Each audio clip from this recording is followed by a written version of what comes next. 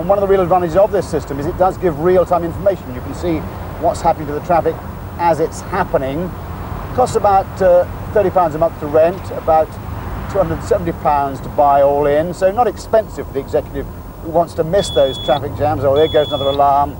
Oh, the system's getting worse. It's now backed up inside the M25. I'm going to have to leave the M11 before I get to my junction. Clearly the system works. It's available from next spring for all the M25 area. All I would say is it hasn't been through the mill of millions of miles of motorway motoring, but certainly a system worth keeping an eye on. Right, here comes my escape route.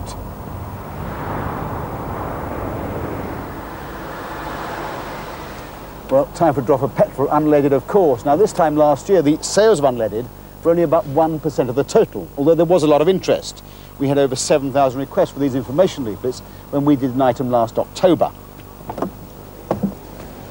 Since then, sales have soared to 25%, but there they seem to have levelled off, much to the dismay of the oil companies who've really geared themselves up. Now the problem seems to be confusion rather than unwillingness, because a recent survey by the RSC showed that 6 out of 10 motorists still weren't sure whether their car could use unleaded or not.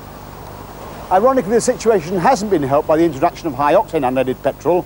BP was first with the introduction of Super Green, as we showed last spring.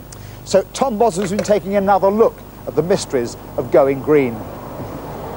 Once upon a time, there used to be 2-star, 3-star and 4-star petrol, varying octane ratings for varying power outputs. 3-star dropped out, and in the last year, 2-star has been largely replaced by unleaded. Now, unleaded is not equivalent to 4-star, so to switch to it, some cars need their timing adjusted, and that might have meant a loss of power and fuel economy. But have motorists noticed the difference? There's no difference in the performance. I think so at the start. It seemed a bit sluggish, but since then I've not noticed it. Better for the environment? I think so. It's better for the car, it's better for the environment. It's got to be better for everybody, hasn't it? On some cars, switching to unleaded petrol is not just a simple matter of 1 or 2 adjustments. The lead in the fuel also acts as a lubricant for the valves and seats. On this MGB head, for instance, the valve seats have to be machined out and replaced with some specially hardened inserts. And unless that is done, the wear on the head will be about 3 times more than normal. Now, one solution could be to every so often put in a tank full of leaded petrol, but of course that still pollutes the atmosphere. A much better solution would be to use one of these non-toxic, lead-free additives. This shouldn't really be necessary because the technology of getting valve lubrication without lead is well known. Additives should be added at the refinery, as is now being done in Europe and the United States. If motorists in Britain could buy unleaded petrol with those sort of additives now, then a lot of confusion would be saved and maybe a lot of money. I, for one, would have been saved over £200 having the head on this engine and the timing modified.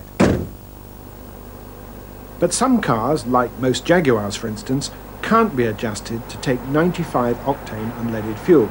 They need a full 98 octane. Oil companies know how to make high-octane unleaded petrol, incorporating valve lubricants that would be suitable for all cars now on the road without any adjustment. They would run more economically and more cleanly for the environment. In fact, Amoco have been selling a full range of unleaded petrols in the USA for 60 years, until recently using the slogan, the only one certified lead-free. So why haven't the oil companies done it here? And why didn't they sell the high-octane super unleaded to start with anyway? With a 10p tax advantage, it still sells for 2p less than the 4-star leaded. The costs of making high-octane unleaded petrol have been grossly exaggerated. At the most 3p a gallon, probably much less than that. And the motorist would save at least that amount, as shown by studies in the United States, because of reduced motoring costs. We put some of these points to the oil companies. First of all, has there been an exaggeration in the production costs of unleaded fuel? Mobil told us.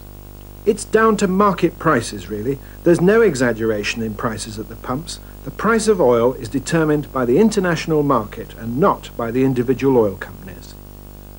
So why didn't we go straight to super unleaded? BP told us it wasn't our decision. The government laid down the standards for the existing unleaded fuel, and there isn't even now a standard for super unleaded.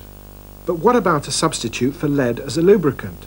Esso told us, if we could find an additive that would suit all cars, then of course we would use it. What a market! We would do it. If it were that simple, we would have done it already.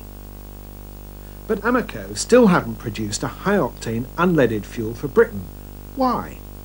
They say the market is already confused and the introduction of another grade of unleaded fuel would confuse it further. So where does that leave us, the ordinary motorist? Basically, there are just two categories. If your car has been modified, as has this particular Sierra, to take unleaded petrol, then you can use super unleaded any time you like. But you won't get the advantage of that extra octane level unless you have the car returned to the original settings. If, on the other hand, like with this particular Cavalier, your car has not been adjusted to take unleaded petrol, then of course you can still use super unleaded. The Cavalier doesn't require any additives, but your particular car may require a lead substitute, and if it does, you'll have to continue adding that substitute until such time as the oil companies put it in the petrol for you. Well, look, if the oil industry decided to get its act together, they could perfectly well manufacture a high-octane unleaded petrol incorporating suitable valve lubricants, which would be suitable for all cars now on the road without any adjustment. And what's more, they would run better, more cheaply, with reduced maintenance costs. And that means that we could then put a padlock on all the leaded pumps. They'd no longer be necessary. Quite obsolete. And if you're still in doubt, then you should ask your dealer about your particular car. Meanwhile, we'd like to hear from you about your experiences with or without unleaded petrol, why you haven't changed over, why you have, the effect it's had on your motoring. I'll give you the address later on. But now to less controversial matters. Jeremy Clarkson's been to a sale at the National Motor Museum at Bewley, which turned out to be light years away from a conventional classic car auction. In 23 years, Bewley Auto Jumble has grown from something very parochial and afternoon tea-ish into something absolutely vast. Predictably, only the Americans do it bigger, and they probably wear brighter clothes too. Over 45,000 people are going to come here this weekend. Traders, enthusiasts, junk hunters, eccentrics, and of course the inevitable cowboys. It's reckoned that over £3 million is going to change hands. An auto jumble is somewhere people come to buy and sell and swap anything to do with motoring.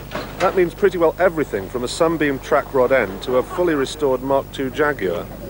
This is a Jaguar that is restored in New Zealand. They're built to order. It's about a 6 months delivery period. And they're quite a lot cheaper than the English restored equivalent cars. But it's not only cars. It's amazing. Sometimes they turn up in a box, all in pieces, rusty, and they finish up like that beautiful Rover there. You see, that was rebuilt. And they are so, you can't believe it when you see how rusty they can be and how beautiful they finish. People are trying to sell vintage cars and veteran cars and cars that people hope one day will be classics. And what on earth is this? It's a Marina. Explain. It certainly is. They're a car that is very much like the Morris 1000. In a couple of years, who knows, they may be as sought after as Morris 1000s. But you can drive one of these, get the same performance as an MGB, and have fun. But of course, most people are here for the bits. With over 1,500 stalls here, it's nearly impossible to find anything specific, and particularly when they all look broadly like this. I mean, what on earth is this? And this, for instance, if you have an Austin 7, you'll probably recognise it as a piece of timing gear. If you don't, well, then it looks a bit like a piece of metal that belongs on a scrap heap. Know what I mean? It's just a question of rummaging around and finding it, you know, that's the situation, really. It's off Maze. I bought it for an A10 combination. So it's just a ticket, which I want, really. It's good. I couldn't get it, you know, built for anything like that. You're going to make it yourself? Well, no, that's it. I'm just going to bolt that straight into the front of my bike. Today's ideal. You can come along and just rake round the boxes and find what you need. And slowly but surely we're kitting out a full toolkit.